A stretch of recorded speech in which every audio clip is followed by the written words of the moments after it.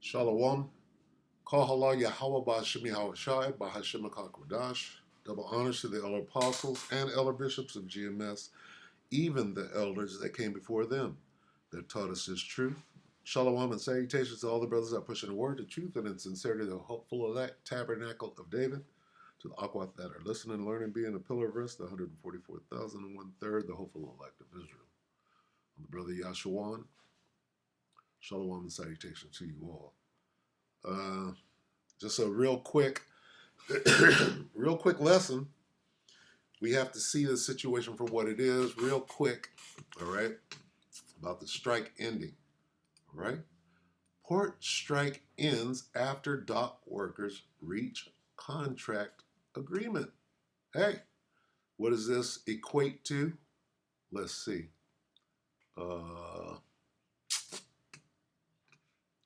Read this. Oh my God, thank you. Prayers to those workers. What is this? Peace and safety. Glad to hear that. I don't want to ever hear that. Peace and safety. Oh, we're good. Glad to hear that. I don't ever want that ever happening again. Right? Peace and safety. This guy's got it. It's kicking the can down the road. He's right. Right? Hopefully the alliance will force the union to have peace and safety. We're good. And eliminate all overtime pay. Okay, so here's the spirit that the men of the Lord are in. I appreciate presence. This is all peace and safety. When union workers win, all workers win. Peace and safety. All right? Oh, we dodged a bullet. We're good. Okay? What does the scripture say? Okay, well, let's watch a little. Al Roker's looking bad, I gotta say. He's looking bad. Anyway, nigga look like a gremlin. Take it away, Al. We're going to begin with the breaking news overnight. A potential economic... I'm out. So I can bear with me. Start it again here. We're going to begin with the breaking news overnight. A potential economic... And the devil is hard at work. Come on. One more time. We're going to begin with the breaking news overnight. A potential economic crisis averted. U.S. It's fucking devil, boy. It's too much. Strike averted. We will begin with a potential what? No, it's not moving at all. Oh, let's go to First Thess. Did we get a freeze? Oh, shit. I've seen this before. Bear with me. I'll have to do this again. January 15th. That's when they said they'll return to the bargaining table to shape all the other outstanding issues. So here's what we know so far. Sources telling CNBC that under this tentative deal, workers will see a near 62% wage hike over the course of 6 years. The union, remember, had originally asked for 77%. This increase would potentially raise the top longshoreman's wage to just over $63 an hour at the end of that 6-year deal. That's an increase from $39 an hour. Now, NBC News has reached out to the union for any more details, but have not heard back. Now, President Biden also reacting to this deal, applauding the news, applauding both sides for coming together to reopen these ports, stating that Thursday's tentative deal represents critical progress toward a strong contract. Peace and safety. Everything's okay, right? Mad Max is not gonna ensue in the second week, right? Well, it's crisis averted for now, but it's kind of kicking the can down the road, and there are these outstanding issues, which sounds like trouble. So what does that include? You know, one of the biggest concerns right now, guys, is port automation, which is still under negotiation. What we're hearing from the dock workers is there is a big urgency here to protect their jobs against this fast-moving technology. But you guys, the timing here is really important because we were already starting to see people kind of panic buying. You were starting to see skimpy store shelves in parts of the country because people were worried with COVID, the experience of COVID still fresh in their minds about shortages down the road. So you were starting to see some panic buying. Now these workers are back to work and they'll start, working through this backlog now. So this is what this is a head fake. Okay, they're not ready to move forward. And when I say that, I'm talking about the N and the W and the HO. NW HO. Okay? They're not ready to move forward with their next operation. So what did they do? They went to contingency. Got to have 2 or 3 to 5 contingency plans, which are alternative. If we can't do that, it's too soon. It's going to interfere with the election. It's going to interfere with other plans. Go to plan B. Okay? Because they really didn't come to any agreement except for we'll deal with it later, which is kicking the can down the road. All right? So, but, all right, for the moment, people are breathing a sigh of relief as though what? As though they're safe. We're good. No, you're not good. Because, right, now this is the peace and say. When they shall say, let's read it.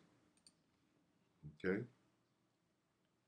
King James, 1 Thessalonians 5:3, for when they shall say peace and safety, then, okay, and here's the operative word right here, okay, then sudden destruction, or how about this, then suddenly destruction cometh upon that ass. Salakia, I don't mean to, so let me read the whole thing. Berean Literal Bible, 1 Thessalonians 5:3, Salakia, I was out of order. For when they might say peace and security, all right, we solved the crisis at the docks, then suddenly destruction comes upon them as the labor pains to her having in womb, and they shall not escape. So what comes now? Well, here's what comes now. Suddenly, anything can happen. Okay, I believe that the strike was resolved, or they came to an agreement today. So what is suddenly? Suddenly is tomorrow. Okay, tomorrow morning is suddenly. Suddenly what? Destruction, right? Comes upon them. You know who this rings out to right now? The lithium donors. Okay, you got lithium donors living in the path of, isn't it ironic how the Most High put a bunch of sundown towns right on top of some lithium, and that one day that would be used for recompense? That's just beautiful, right? But anyway, ask them about the sudden destruction. Those that, people are dying, and the stench of rotting bodies is down there. If you look into what's going on over there, guess what? They don't get to enjoy this so-called peace and safety of the docks being negotiated, right? Go ask them and their families, right, who are in mourning right now, if the agreement at the docks means anything to them. Nope. We're in the time of great death. Okay? We're in the time of great death. And after this little peace and safety that jumps off today, guess what? Suddenly, that could be tomorrow morning, hey, that destruction. This is what the scripture says. Okay? We're in this time right here. All right? What happened with the lithium donors? Let's get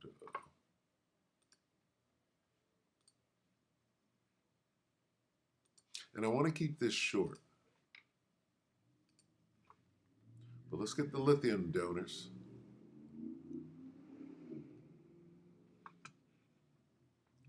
2 Ezra 16 and 17, woe is me, who will deliver me? All right? They got helicopters over there in Lithium Zone, right? Being told, no, you can't deliver nobody.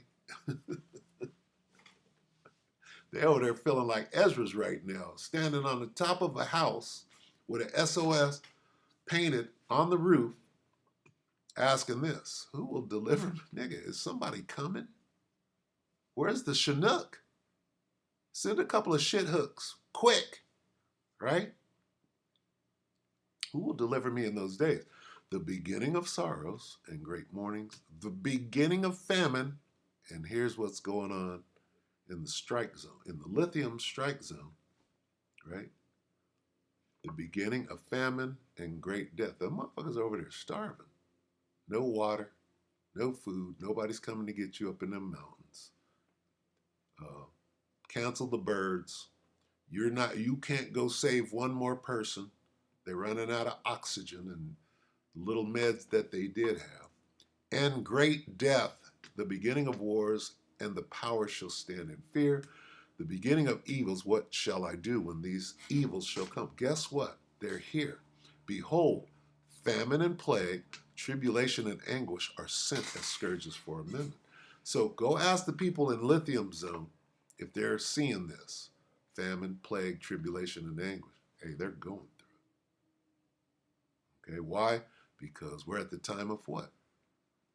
900 people in what, one facility or something like that? Oh, just let them die. We got to let them die. In order to take the land, right? This is Katrina 2.0, all right? Because the National Guard and FEMA are aware. Well, they're sitting on the perimeter waiting for the legal order to go in and give help. That's exactly what happened in Katrina. They were there. We got formaldehyde trailers waiting for you over here, but first we want a bunch of you to go down the natural way before you go down the unnatural way with the formaldehyde. So you got to understand what is going on. Okay, hey, dodged a bullet. How are they, what are they going to do? Right? Oh, the docks are open again, but now we're going to bring in, what are you bringing in? You know why them docks are open again? Because you're fucking with the motherfucking human trafficking, right? They're banging on containers. Who's banging on a container? Oh, hey, leave that one alone. All right. That adrenalized blood is the highest selling drug on the face of the earth. Hey, don't fuck up the supply. The trade route, the ancient trade routes. All right, so I'm going way in there. So let me pull it back. But here's the point again. Great death. What's the death toll over there? Helene, right? Helene. And they're not. We're going to get this death toll, and we're going to add 15 times 15 because they ain't going to tell you nothing near the truth. Hey, thanks for watching. Salakia. I did that wrong. Do this. See what comes up here. See how they, where's the numbers at? 40. Ha! Wrong. How old is that? 40. 6 days ago. What is it today? 21 hours. Rises to 200. You believe that? 200 times 15 is what? Right? You think only 200 people died in this? Shit. That's bullshit. 215. 1 day ago, 180. You see how they're slow walking it? Mass death is what's jumping off 200 people at all them states. Hold on. This kind of shit through how many states? Let's just say 4, 5 states. Only 200? Come on. Come on. Got sick people on ventilators, on meds, on oxygen, And only 200 people died? Ha! Okay. No, they're still in the land. They're talking about a genocide and taking land. Nigga, it's let's get that, okay? Because we know. I heard the elder apostle today. I was watching his. He had a live, and he goes, "I know what happened. I know what really happened up there in those states." And I put one word up there. I said lithium, right? Let's see.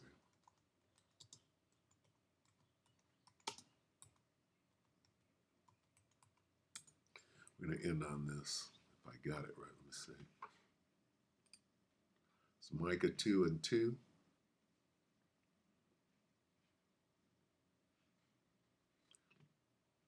And they covet fields and take them by violence, and houses and take them away. So they oppress a man and his house, even a man and his heirs.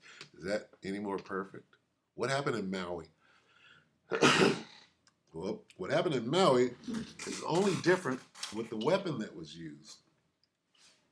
They used the beam weapons in Maui. They used the harp on the Gulf Coast. They steered the hurricane, right, where they wanted it to go and destroy the swath right over the top of where the minerals are. And I'm speculating. It was all speculation. So as you go to give me a strike, right, allegedly. Anyway, I'm gonna end it right here. I gotta get one more. We gotta get ignorant, right? Satan ain't got nothing. 2 Court 2 and 11. In order that Satan should not outwit us, nigga, you can't fool us. We know what's going on. I'm quite sure that that's what the elder apostle was talking about. He said, I know what really happened. Yeah. Yeah. Same thing that happened in Katrina. They wanted, what is it, the what French Quarter, what do you call it? I don't know what's going on. I was there once on tour. This was years and years ago, like 96. But yeah, I was in the French Quarter at one time looking at the levees. I'm like, look at that. They blew the levees. Right? There's proof of that. Anyway, 2 Corinthians 2 and 11, in order that Satan should not outwit us, for we are not unaware of his scheme. We know what you're doing. We know what you're up to. So let's just get it done so we can move to the next phase, right? With that, we hope that the elect are edified, you brothers and sisters. Shalom.